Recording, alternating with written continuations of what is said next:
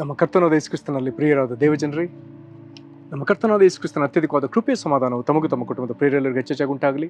ಹೃದಯಂಗಮ ಮಾತೆನ್ನುವ ಮುಂಜಾನೆ ವಾಕ್ಯದ ಅಂತ ಸರಣಿಯಲ್ಲಿ ಈ ತಿಂಗಳು ನಾವು ಶಿಲುಬೆ ಧ್ಯಾನ ಮಾಡ್ತಿರುವಲ್ಲಿ ಈ ದಿನ ನಾವು ಧ್ಯಾನಿಸುವಂಥ ದೇವರ ವಾಕ್ಯದ ಭಾಗ ಪ್ರಕಟಣೆಯ ಪುಸ್ತಕ 5ನೇ ಅಧ್ಯಾಯ 9ನೇ ವಚನ.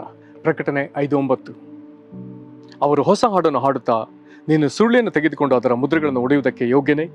ನೀನು ಯಜ್ಞಾರ್ಪಿತನಾಗಿ ನಿನ್ನ ರಕ್ತದಿಂದ ಸಕಲ ಕುಲ, ಭಾಷೆ, ಪ್ರಜೆ, ಜನಾಂಗಗಳವರಿಂದ ಮನುಷ್ಯರನ್ನು ದೇವರಿಗಾಗಿ ಕೊಂಡುಕೊಂಡು ಅವರನ್ನು ನಮ್ಮ ದೇವರಿಗೋಸ್ಕರ ರಾಜ್ಯವನ್ನಾಗಿಯೂ 10ನೇ ವಚನ ಯಾಜಕರನ್ನಾಗಿ ಮಾಡಿದಿ, ಅವರು ಭೂಮಿಯ ಮೇಲೆ ಆಳುವರು ಎಂದು ಹೇಳಿದರು.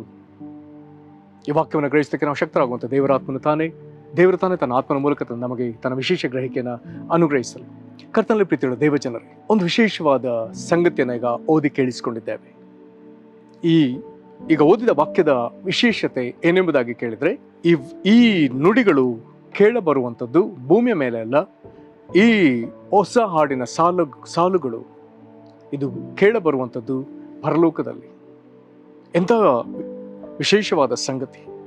ಪರಲೋಕದಲ್ಲಿರುವಂಥ ಸಿಂಹಾಸನದ ಸುತ್ತಲಿರುವ ಜೀವಿಗಳು, ಸಿಂಹಾಸನದ ಸುತ್ತಲಿರುವ 24 ಮಂದಿ ಹಿರಿಯರು, ಅವರು ದೇವಜನರ ಪ್ರಾರ್ಥನೆಗಳೆಂಬ ಧೂಪವನ್ನು ಒಂದು ಕೈಯಲ್ಲಿ, ಚಿನ್ನದ ಧೂಪಾರತಿಗಳನ್ನ ಹಿಡಿದು ಇನ್ನೊಂದು ಕೈಯಲ್ಲಿ ವೀಣೆಗಳನ್ನ ಹಿಡಿದು ದೇವರಿಗೆ ಹೊಸ ಹಾಡನ್ನು ಹಾಡ್ತಾರೆ.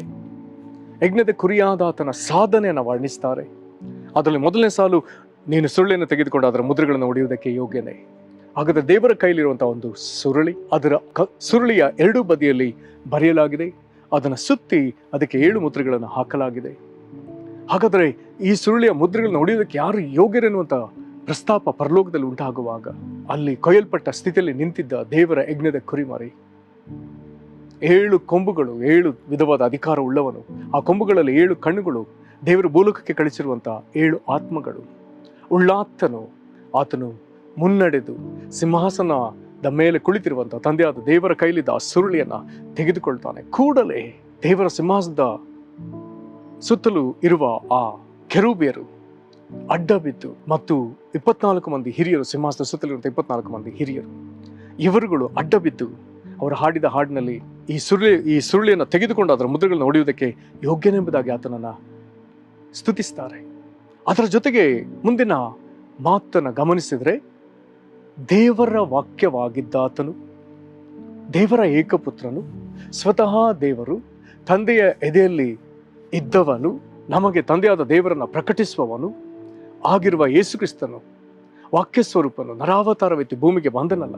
ಭೂಮಿಗೆ ಬಂದ ಈತನು ರಕ್ತ ಮಾಂಸಧಾರಿಯಾಗಿ ಭೂಮಿಯಲ್ಲಿ ಕಾಣಿಸಿಕೊಂಡಾಗ ಈತನು ಇಲ್ಲಿ ಮಾಡಿದ ಮಹಾ ಸಾಧನೆಯನ್ನು ಪರಲೋಕದಲ್ಲಿ ಹಾಡಿಕೊಂಡಾಡ್ತಿದ್ದಾರೆ. ಆ ಸಾಧನೆ ಏನು? ನೀನು ಯಜ್ಞಾರ್ಪಿತನಾಗಿ ಎಲ್ಲಿ? ಭೂಮಿ ಮೇಲೆ ನಿನ್ನ ರಕ್ತದಿಂದ, ತಿರುಗಿಲಿ ಯೇಸು ಕ್ರಿಸ್ತನ ರಕ್ತದಿಂದ, ಸಕಲ ಕುಲ, ಭಾಷೆ, ಪ್ರಜೆ, ಜನಾಂಗಗಳವರಿಂದ ಮನುಷ್ಯರನ್ನ ದೇವರಿಗಾಗಿ ಕೊಂಡುಕೊಂಡು ಯೇಸು ಕ್ರಿಸ್ತನ ಮಹಾನ್ ಸಾಧನೆ, ತನ್ನ ರಕ್ತವನ್ನು ಸುರಿಸಿ ಸಕಲ ಕುಲದವರನ್ನ, ಸಕಲ ಭಾಷೆಯರನ್ನ, ಸಕಲ ಪ್ರಜೆಗಳನ್ನ ಮತ್ತು ಸಕಲ ಜನಾಂಗಗಳವರಿಂದ ಎಲ್ಲಾ ಮನುಷ್ಯರನ್ನ ದೇವರಿಗಾಗಿ ಕೊಂಡುಕೊಂಡ. ತಲೆಮಾರುಗಳ ಜನರನ್ನ ದೇವರಿಗಾಗಿ ಕೊಂಡುಕೊಂಡ. ಯೇಸುವಿನ ರಕ್ತ ಎಂಥ ಅಮೂಲ್ಯವಾದ ರಕ್ತ!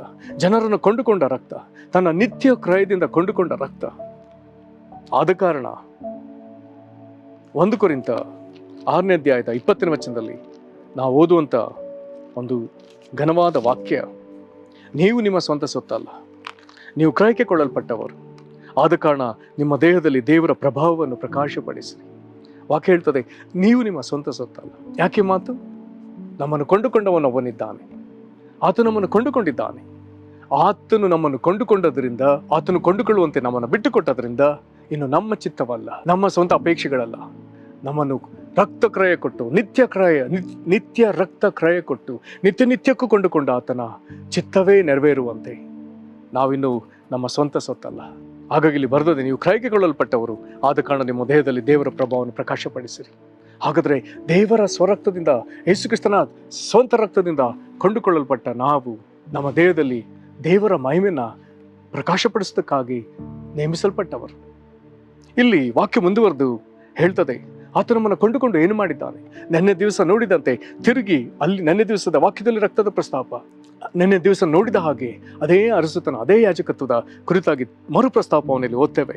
ಅವರನ್ನು ನಮ್ಮ ದೇವರಿಗೋಸ್ಕರ ರಾಜ್ಯವನ್ನಾಗಿಯೂ ಅಂದರೆ ಅರಸರನ್ನಾಗಿಯೂ ಯಾಜಕರನ್ನಾಗಿಯೂ ಮಾಡಿದಿ. ಒಂದು ಕಡೆ ಕೊಂಡುಕೊಂಡಿದ್ದಾನೆ, ಇನ್ನೊಂದು ನಮ್ಮನ್ನು ದೇವರ ಸೇವೆಗೋಸ್ಕರ ಅರಸರನ್ನಾಗಿ ಯಾಜಕರನ್ನಾಗಿ ಮಾಡಿದ್ದಾನೆ. ಅವರು ಭೂಮಿಯ ಮೇಲೆ ಆಳುವರು. ಯಾವಾಗ? ಯೇಸು ಕ್ರಿಸ್ತನು 1000 ವರ್ಷ ಆಳ್ವಿಕೆಗಾಗಿ ಬಹಿರಂಗ ಬರೋಣದಲ್ಲಿ ಬರಲಿಕ್ಕಿದ್ದಾನೆ. ಆ ದಿನ ಎತ್ತಲ್ಪಟ್ಟ ಭಕ್ತ ಸಮೂಹ, ಕ್ರಿಸ್ತನ ಸಭೆ ಮಹಾಹಿಂಸೆಯಲ್ಲಿ ಹಾದು ಬಂದು ಕ್ರಿಸ್ತನಂಬಿಕೆಯನ್ನು ಕಾದುಕೊಂಡವರು, ತಮ್ಮ ಪರಿಶುದ್ಧತೆಯನ್ನು ಕಾದುಕೊಂಡವರು, ವಿಗ್ರಹಕ್ಕೆ ನಮಸ್ಕರಿಸಿದವರು, ಇಂಥವರು ತಿರುಗಿ ಪುನರುತ್ಥಾನ ಹೊಂದಿ ಕ್ರಿಸ್ತನೊಂದಿಗೆ ಬರಲಿಕ್ಕಿದ್ದಾರೆ. ಅವರೆಲ್ಲರೂ ಕ್ರಿಸ್ತನೊಂದಿಗೆ ಆಳ್ವಿಕೆ ಮಾಡುವವರು. ಕರ್ತನಲ್ಲಿ ಪ್ರೀತಿಯುಳ್ಳ ದೇವಜನರೇ, ಯೇಸು ಕ್ರಿಸ್ತನು ಭೂಮಿ ಮೇಲೆ ಬಂದು ರಕ್ತ ಸುರಿಸಿದ್ದಕ್ಕೆ ಒಂದು ದೊಡ್ಡ ಕಾರಣ, ಮಹತ್ವ, ಇದೆಷ್ಟು ಶ್ರೇಷ್ಠವಾದದ್ದು.